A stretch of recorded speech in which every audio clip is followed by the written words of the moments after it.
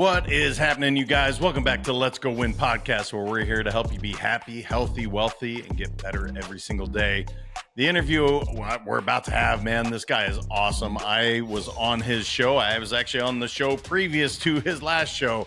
He is such a kind, genuine, inspirational guy, and someone that you're going to get a ton from. Adam Torres is host of the Mission Matters series of shows, ranked in the top 5% out of over 3 million podcasts globally.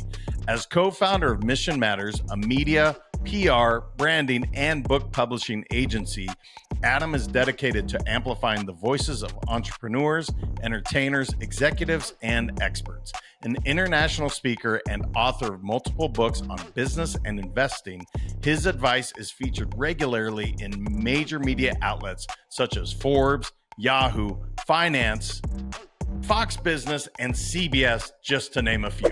Well, I'm honored and blessed to have the chance to now interview Adam. Brother, how you doing, man? Good to see you. Oh man, I'm pumped about this. I was like, had you on the show, lots of fun, and I'm like, okay, I'm gonna go to Let's Go Win. I'm in. I want to win, man. Show me, teach me, put me in, coach. Well, you're certainly in the game, and winning is something that I think you do. One of the things I learned about when I was on your show, at one point your show was called Money Matters, I'm pretty sure, because I was on that show, and now it's called Mission Matters. Tell me a little bit about that, man. That's a big shift, and you had built something pretty substantial to make such a bold brand move. What was the purpose of it? Yeah, I was, we had some traction. Just for some context, I'd done a little over 1,500 interviews. We built a following, built a website, we even published 2 books under the moniker and under the brand Money Matters, or Money Matters Top Tips. Website built, everything's done.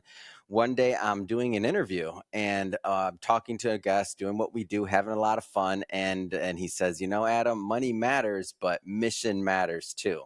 And when he said that, I'm telling you, Jam, it was like a thunderbolt. I don't know how to even explain it. It was just this thing that just like, I'm not usually a loss for words, but I just had to pause. That was a long pause and it hit me.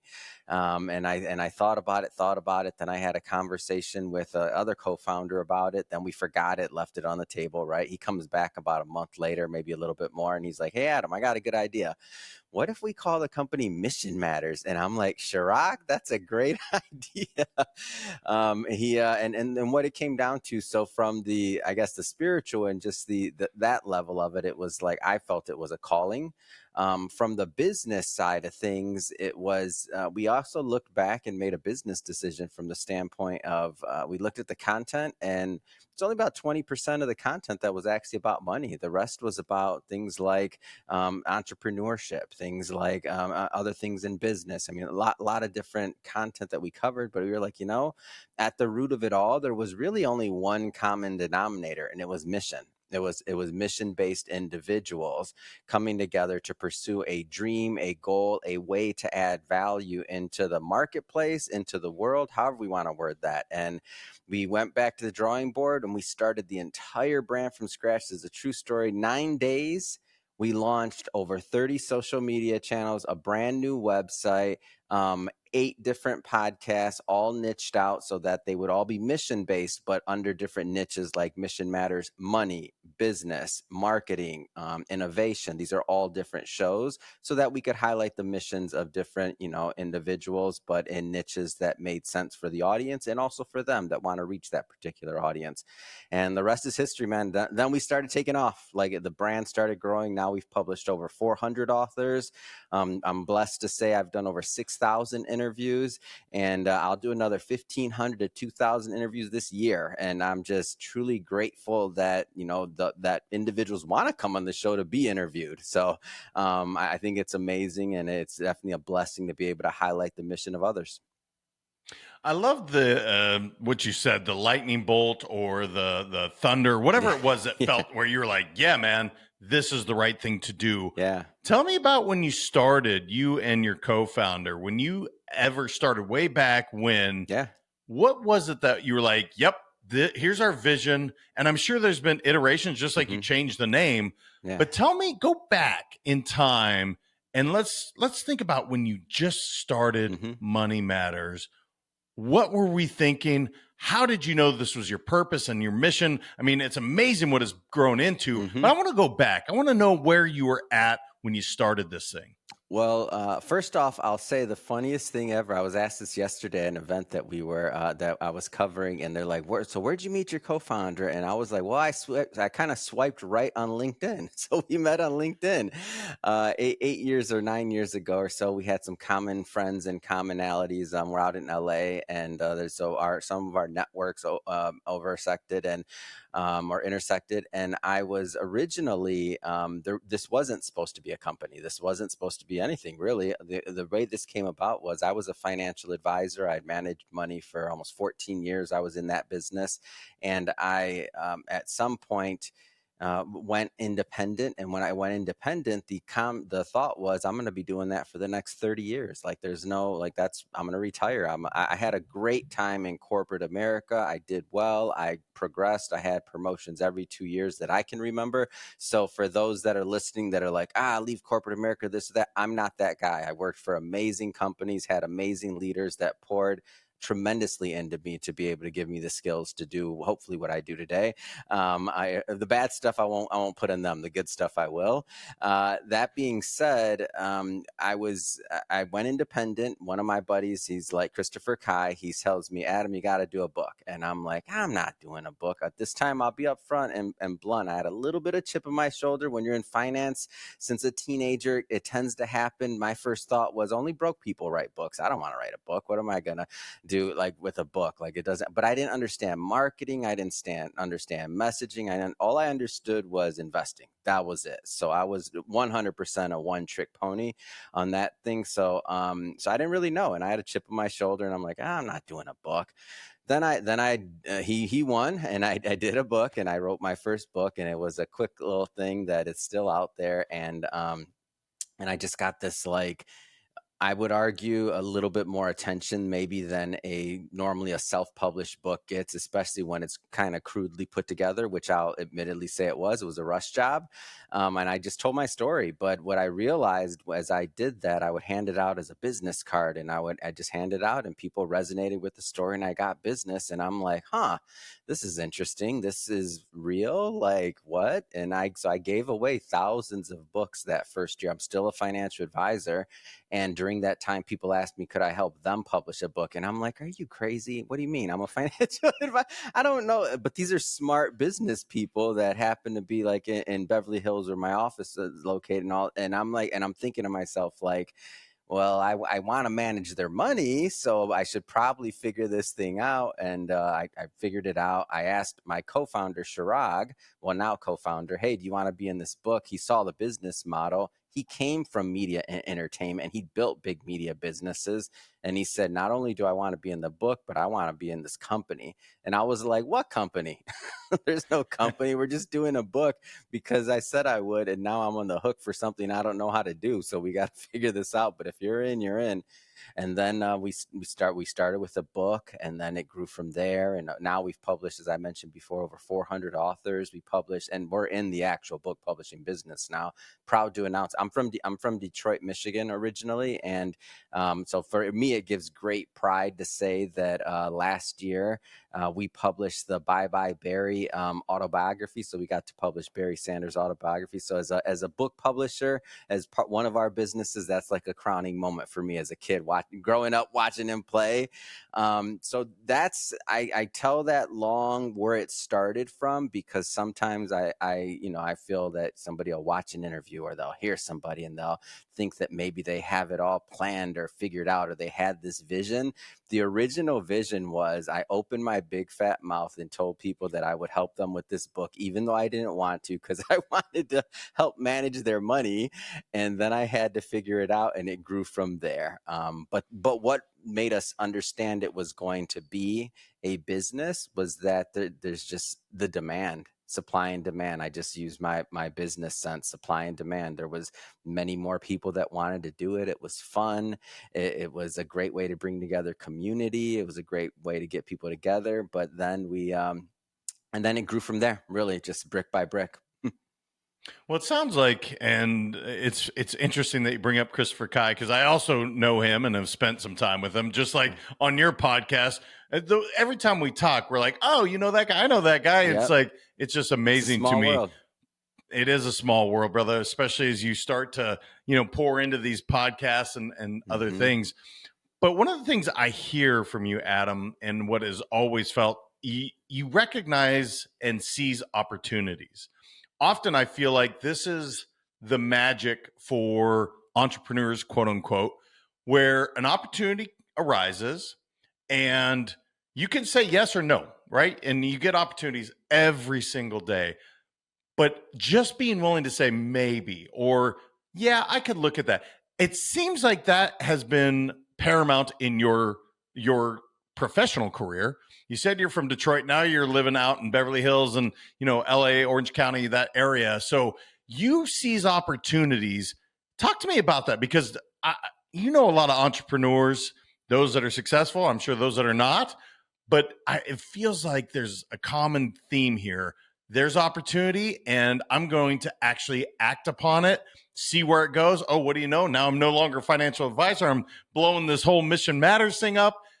Talk to me about that, brother. Is this something that is intentional, or you just happen to, all right, I'll give it a shot? I think it comes to where really opportunity meets authenticity.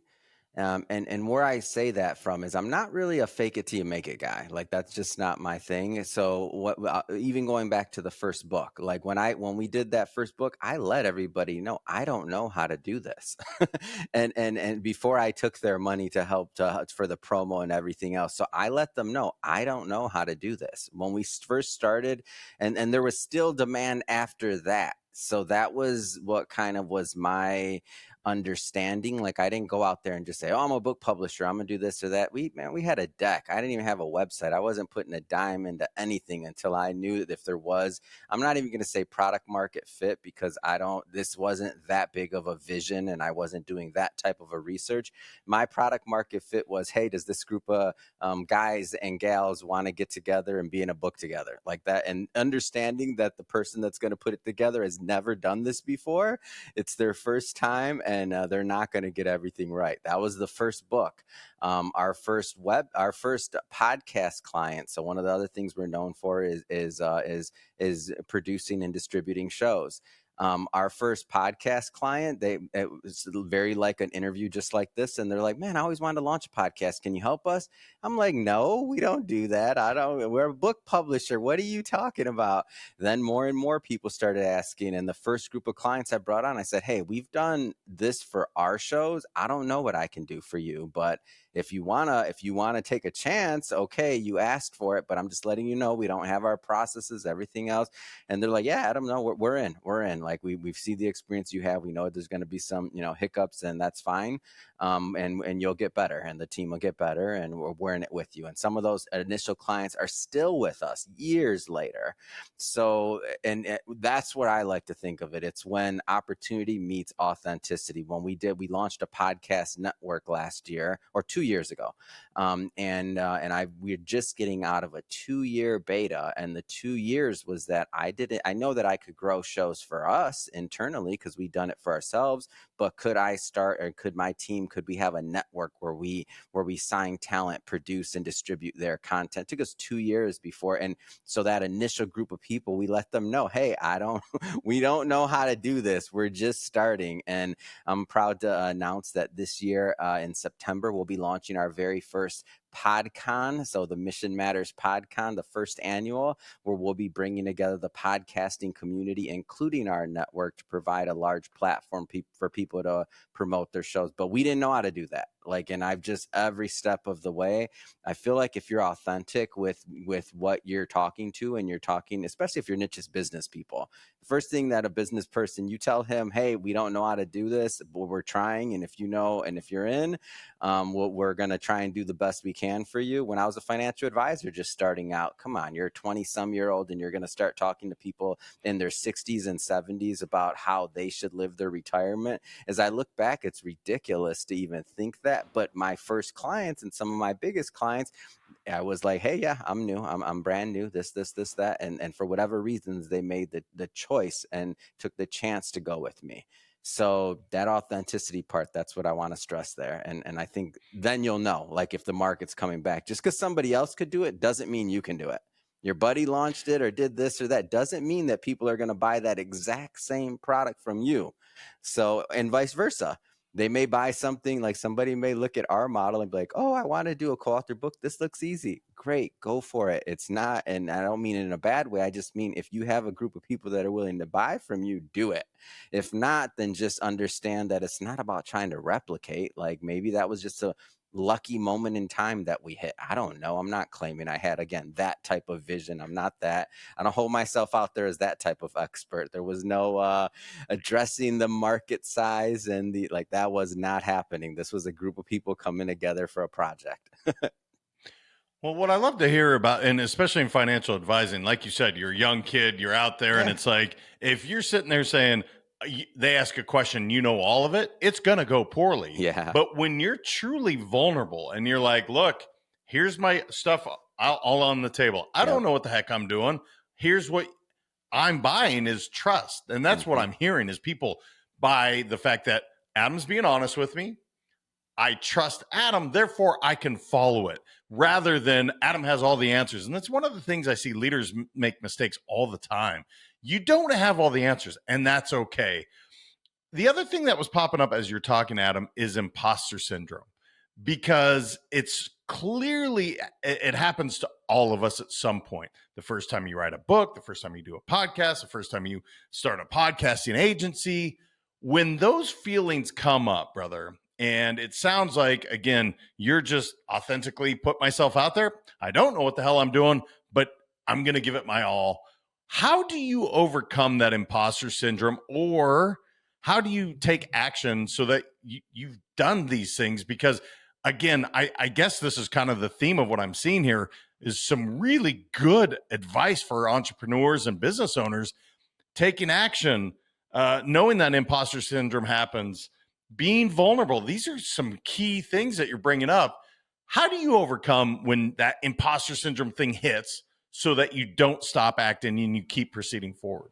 Yeah, I think there's two different levels of that. So I would argue that when, like, as your company gets bigger, as somebody's company gets bigger, and you've attracted, like, good talent, good executives, and good people around you, I think it's pretty easy to just look at what's around you and leverage it and say, like, yeah, I'm not crazy. Like, this person's not stupid. This person's not stupid. This person's not stupid. So I look for third-party validation. I don't really go in my head or spend too much time on it. At this point, I just don't. But I also do look at third-party validation if it does creep up. Like, I'll give you one quick example where, so not final, but it's really close to being final. So I may have a TV show coming up on a network, and if that does happen, that's going to be a variation. It won't be Mission Matters. And when I look at the person that's out there pitching the network, which this will air in December, if it does get picked up, which we're really close, so fingers crossed. But you'll hear a whole lot more if it does happen. But I think about the person that's pitching. He's a producer with over 3,500 episodes under his belt on TV. He's generated over $1 billion in revenue. This person's not stupid. So like that's what I look at. I'm like, have I ever held a TV show at that level? No, but this person's not stupid. Like, he's not, like, it's not me knocking on the door like, hey, can I have a TV show? No, that's not what's happening. So that's how I look at it at this level. But that's, so for those around that, like, that have that exact situation, maybe that's helpful. For those that are just getting started, and maybe aren't quite there yet, and they can't look around at their executive team because their executive team is looking in the mirror and saying, hey buddy, today you're taking out the trash, which I'm all about, by the way. Speaking of the event that we just covered, I was helping clean up folding chairs after. So I went from doing interviews on stage to cleaning up some folding chairs. I didn't have to do that, but why did I do it? I don't know. I'm from the Midwest. That's what we do. My mom taught me to do that. Something needs to be done, do it. Probably the wrong thing to be doing, but whatever. But getting back to like the just starting kind of thing, when you're looking in the mirror and you are the executive team, then you just have to really think about is if your goals are aligned with what you actually want. If your goals are really what you want, then you'll get over it. There's never going to be one particular thing that gets you over it at one time. Like one time you may need support from family. Another time you may need third party validation. Another time you may need validation from your industry or something else. So there's always going to be a different thing you need. But for your mental barrier, that space between your ears, that couple of inches there, it's going to be your goals. If your goals are worth it to you and they're aligned enough with your values and what you truly want to accomplish, then you should be able to take the pain. Like that's what it comes down to. But if you're not aligned, then that's when the pain of being an entrepreneur and otherwise it could get to be too much, which isn't a bad thing. It's not a bad thing. It's not about toughing it out to the detriment of giving up your life for something. If you're not aligned, and it's not, it's okay.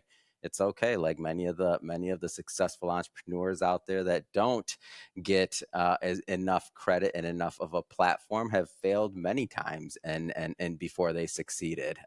So that's okay. Maybe this one is your win. Maybe it's not. I don't know. I don't know that Mission Matters is my biggest win. I just know that I'm having an amazing time doing what I'm doing for individuals, providing them a platform and a voice. There's a reason I know that I connected with you. I love the fact that you're picking up folding chairs, the fact that you're not above doing that. And it's like, look, if it needs to be done, get it done. I'm CEO taking out the trash. Who gives a shit? That's what needs to be done. You have something on here and it talks about why every leader should launch a podcast. Now, I'm a huge proponent of podcasts. It's probably my favorite thing that I do every single week is what we're doing right now. And there's over 3 million podcasts going on. I mean, it's a big thing. Why do you say every leader should launch a podcast, brother? Why do you feel strongly about that? Because I love it too. I'm all for it and I welcome it because there's so many talented, amazing people that I've met doing this. Why do you feel every leader should launch one? Well, first, I'll say I want to put some context into that because sometimes some of the leaders out there may look at this and they may say, oh, Adam's done over X amount of interviews, or JM, yeah, he can do it, I can't do it, or okay, but these guys are building brands or doing this or that. It's not really my cup of tea. I kind of want to dispel all of that. You're looking at like what's taking place after years and it working and it getting better and you doing better. But my very first podcast, I launched in exactly 7 minutes.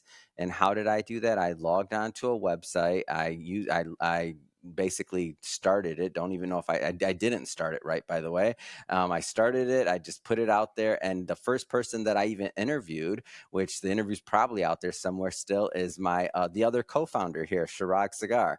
So I'm literally like, hey, Shirag, you're my first interview. You made me do this podcast. I didn't want to do a podcast. Same thing as the book. I don't want to do anything. Like, I'm like, podcast, why do I want to do a podcast? I didn't want to do a podcast. I was like, that's the last thing I want to do. We're a book publishing company, right? We're supposed to be selling books and we're supposed to be focused on this. Why do I want to do a podcast? That's going to divert us from our main business and it's going to be a distraction, blah, blah, blah. Any excuse I can make to say no or get out of doing something, I'm doing it. So I tried. The other co-founder, Shirag, won, thankfully so, which he should have won. Why? Because his background is media and entertainment and my background was what? Financial advising. So he won that argument, thank God. And because he won that argument, we were able to build this platform. But that being said, that was just some context for your question, because I don't want people to just turn out or just tune out at that moment. Oh, I heard this before, I want a podcast. No, you haven't heard this before. Sorry.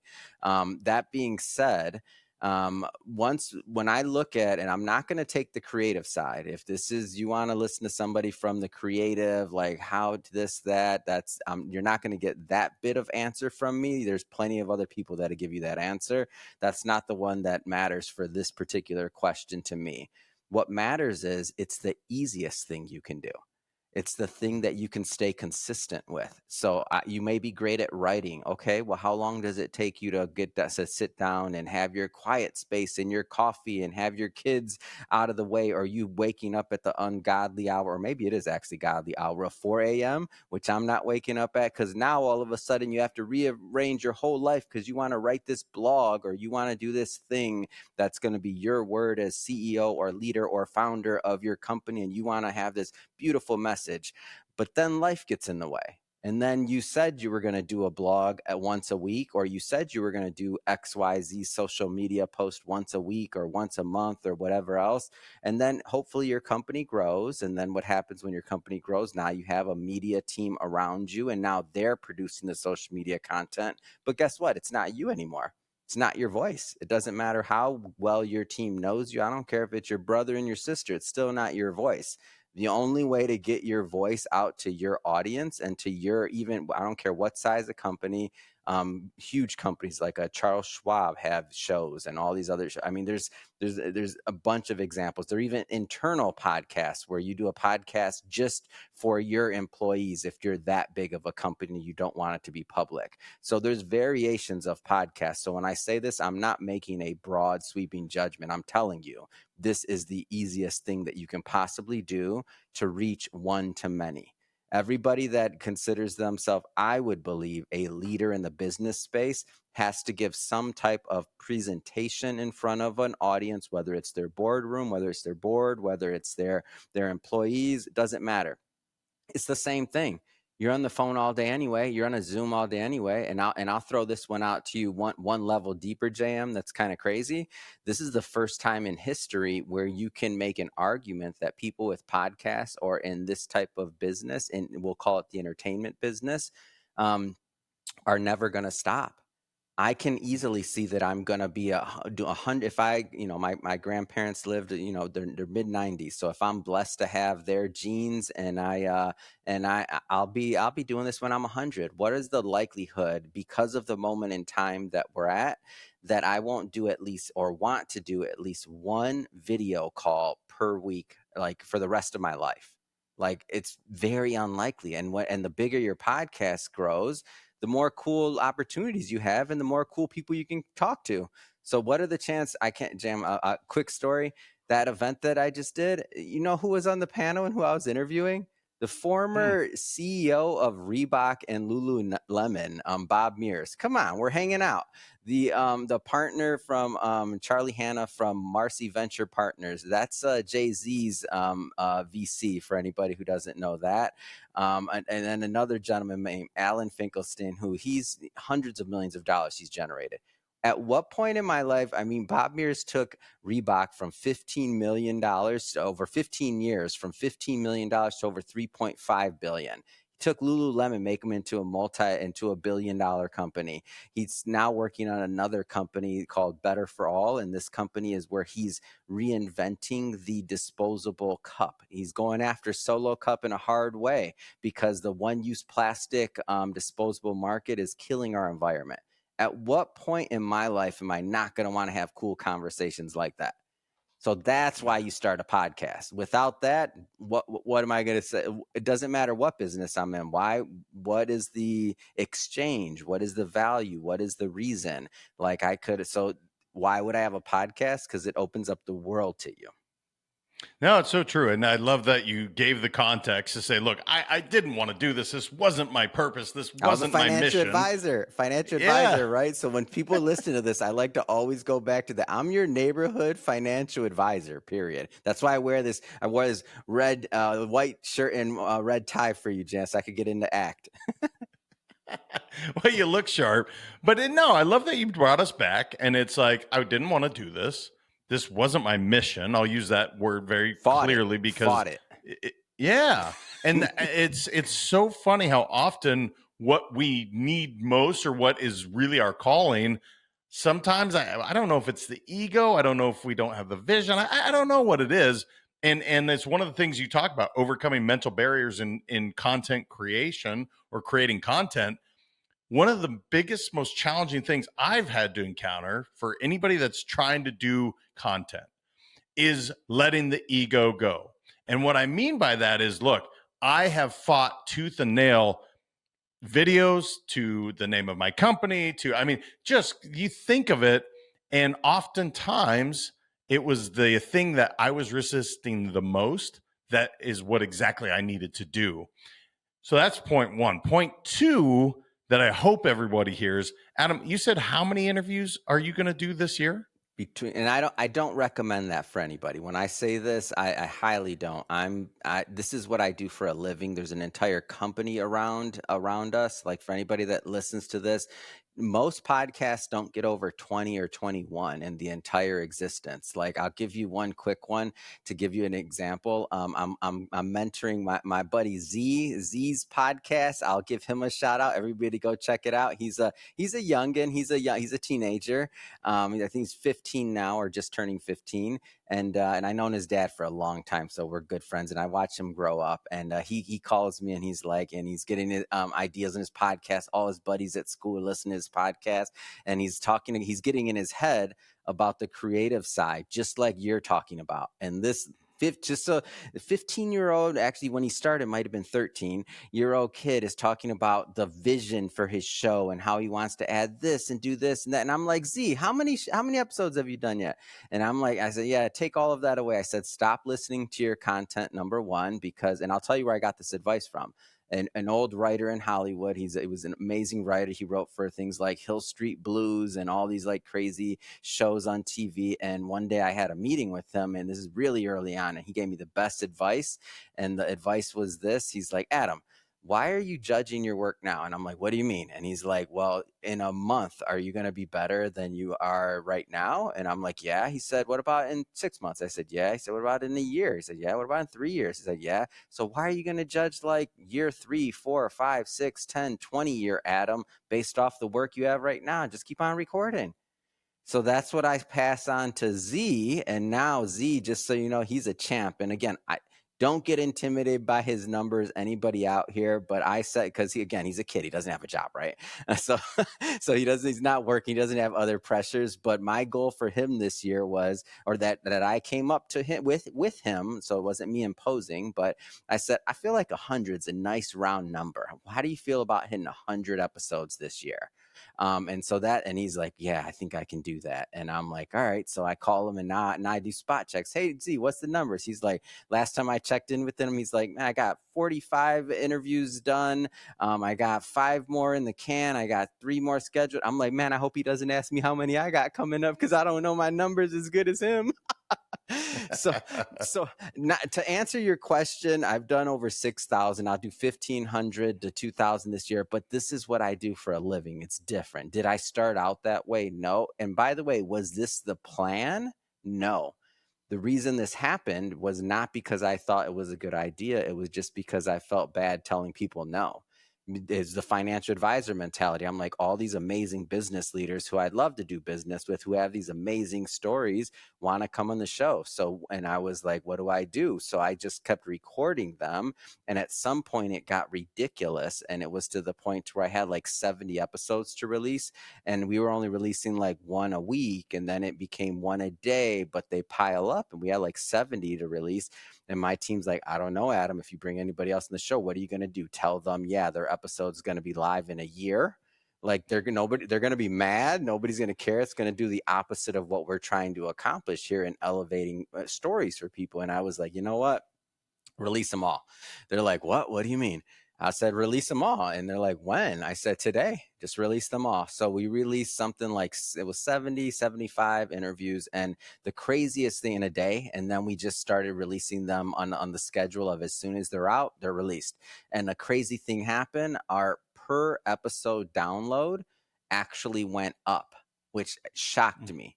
Now, so what that means for anybody that's listening that is not a marketer or doesn't quite understand the significance, I'll compare that to Instagram. what if you put out 70 posts on Instagram in a day on your account? Guess what's going to happen? You might get spam notification probably if you did that many. They might think you're a spam or a robot. They might shut you down actually nowadays. But let's say back in the day when the algorithms were different, what would happen is you get a diminishing return, which means you get less visibility for the new content that you're putting out. And it doesn't matter about the quality of it. It's just what's going to happen because you're putting out too much on a channel that's not made to do that. Well, on the podcast, I expected the same thing to happen, but I was more concerned with the people that I was bringing on and just double checking, like, hey, I want them to be able to use it. So once I saw that metric, I'm like, wait a minute, I was like, wow, the appetite for this is way bigger than I could ever imagine. So I bring that out because it wasn't, again, the plan or the vision. It just came from what it came from is wanting to serve people and wanting to get their message out and thinking of any way I could do it, even up to the point of my record in a week is 91 interviews. And I was doing 70 interviews a week for years. And now I'm let's say now I'm getting a little lazy. So I'm only doing 30 to 40 interviews a week. I'm getting a little lazy here. So but if Z, who I'm going to send this to, is catching up with me, maybe he's going to like that fire. He's going to be like, come on, old man, you're only doing how many? We got the next generation of podcasters coming up. So I'm ready. Well, the one thing that I'm hearing, and this is why you succeeded as a financial advisor, it's why you're succeeding now. The activity level is so freaking high. And that's what I love about doing podcasting. There's so many of my business endeavors, good friends, have come from doing exactly what we're doing. Wow. That would be why I would say to people, look, if you're even considering it, just like if you're considering writing a book, don't wait, just act. If you're considering doing a podcast, don't wait, just act. And that's what I'm hearing, Adam. It's like, look, I don't know if it's going to work, but 70, go ahead, just put them out there. And we're serving these people. Oh, what do you know? It actually worked extremely well. Fantastic. And the activity is so high. It's why you're succeeding so much in every business endeavor. What's one of the biggest lessons that you've learned along the way? Something that, God, it was a mistake in the moment. You're like, I can't believe this. And yet now you're so grateful and thankful that it happened. Oh man, this whole company. This whole company, like I really didn't I guess I really didn't understand and not the company specifically, to be more specific. It's the concept of understanding brand, media, the importance of it, story. When I was a consumer of content only, and I'm still a consumer of content, but when I was only a consumer of content, there was an entire world that was out there that I didn't have the eyes to see. And it's the lenses to see the different shades of what's happening around you. I was just so focused on what I was doing that I didn't see anything. So once I started to be more open-minded and starting to even like consider other things, then I started to learn so much more. And most of it's through the podcast and this company, but it also bled into my personal life. Like, how was I being like closed-minded on other ideals in my life? Or how was I rejecting other opportunities? Not because I was this malicious guy or negative or anything. I still had the same temperament. I talked exactly the same, all these other things, but like I wasn't seeing, the colors the same way. Like you turn on the TV and you see only what they want you to see.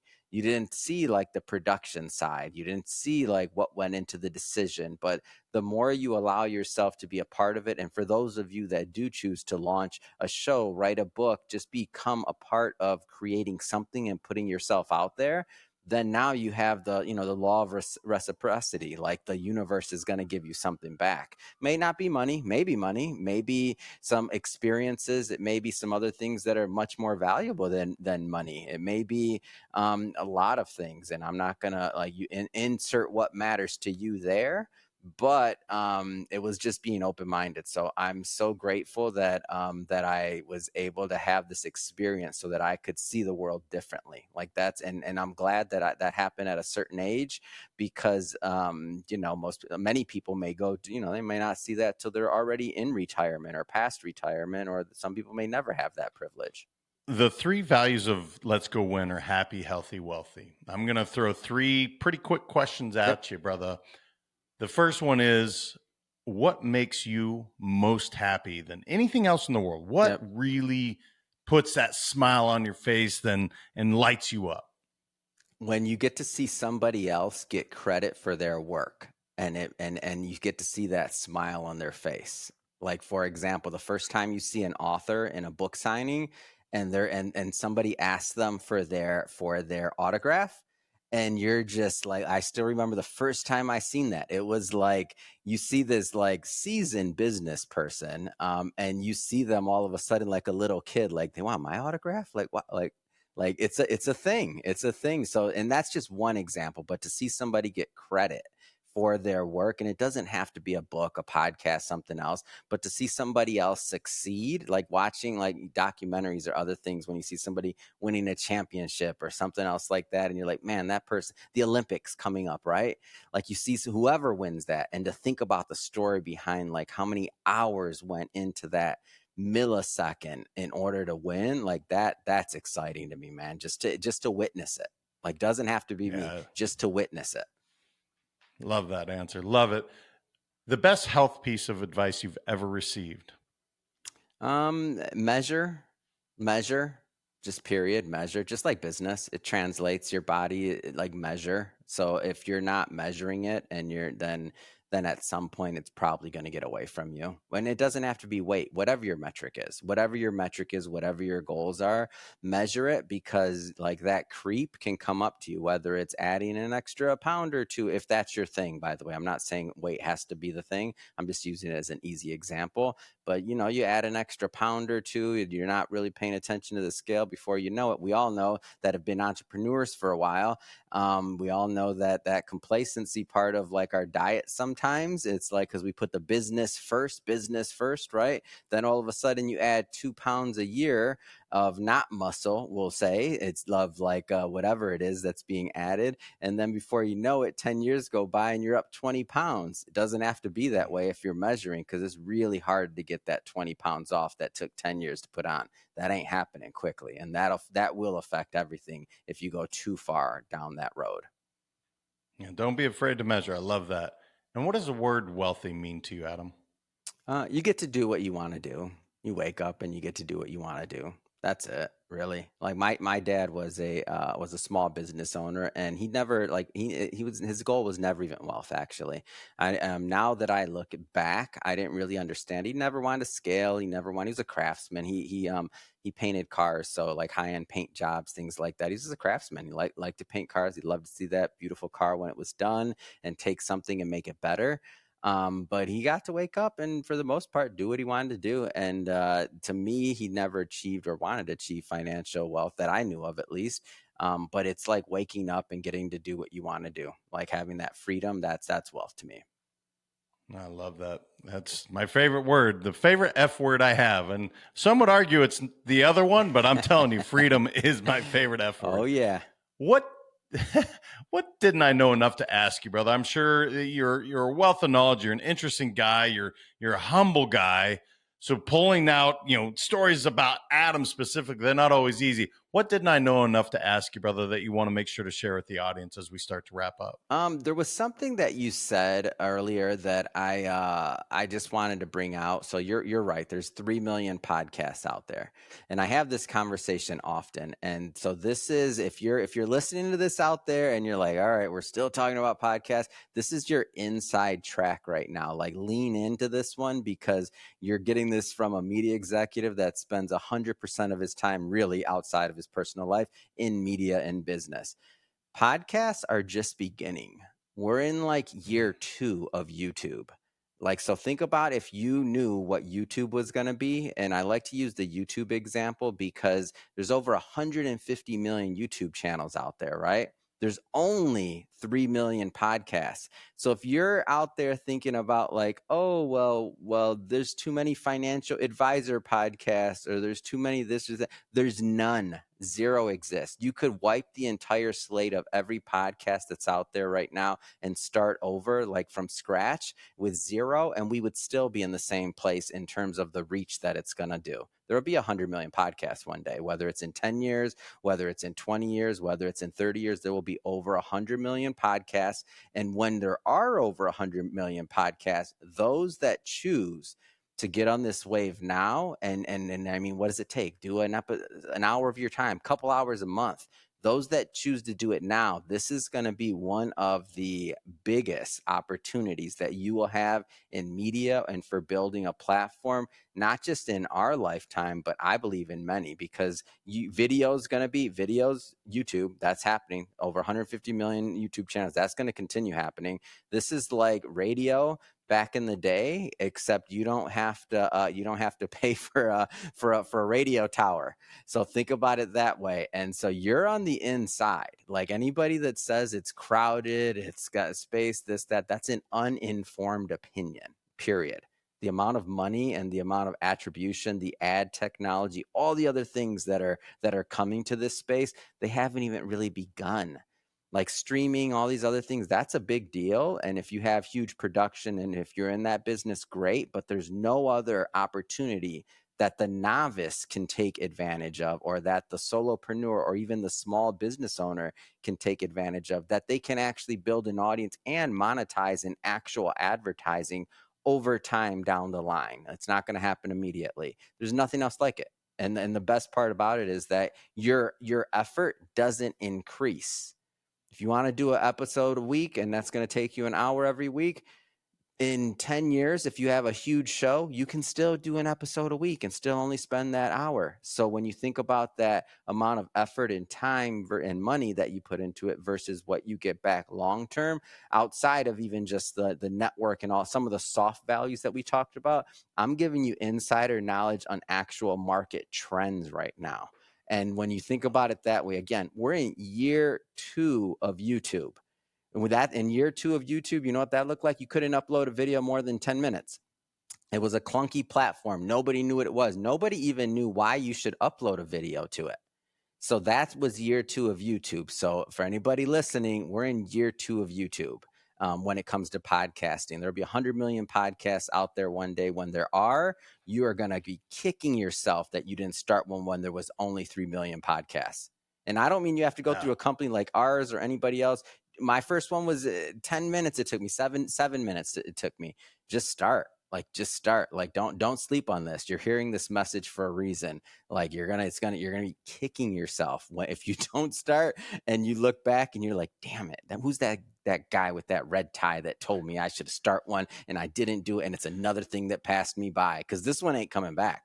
Like this is the one of our lifetime. If you're listening to this in terms of the time, can you start a YouTube channel right now and still do great with it? Yes, there's always going to be opportunities. There's over 150 million YouTube channels. You can start one right now. You want to be a YouTuber, you can still make it. People are doing it every single day. But was it easier year 2 of YouTube when there was less competition? I don't care what anybody says. I'm going to go with yes on that one. Man, I got to tell you, I have asked about podcasts. I talk about podcasts. To hear that, I got to tell you, I love doing it anyway. Yep. That is inspirational, brother. I appreciate that. You know what I appreciate the most is how you just show up, man. You are just a genuine, kind, great human being, man. And I'm just grateful that you came on the show. So thank you. And thanks for being here, man, bringing all this knowledge. Man, thank you for the invite. Everybody, if you haven't done it yet and you're listening to JM's show for the first time, you better hit that subscribe button. Come on.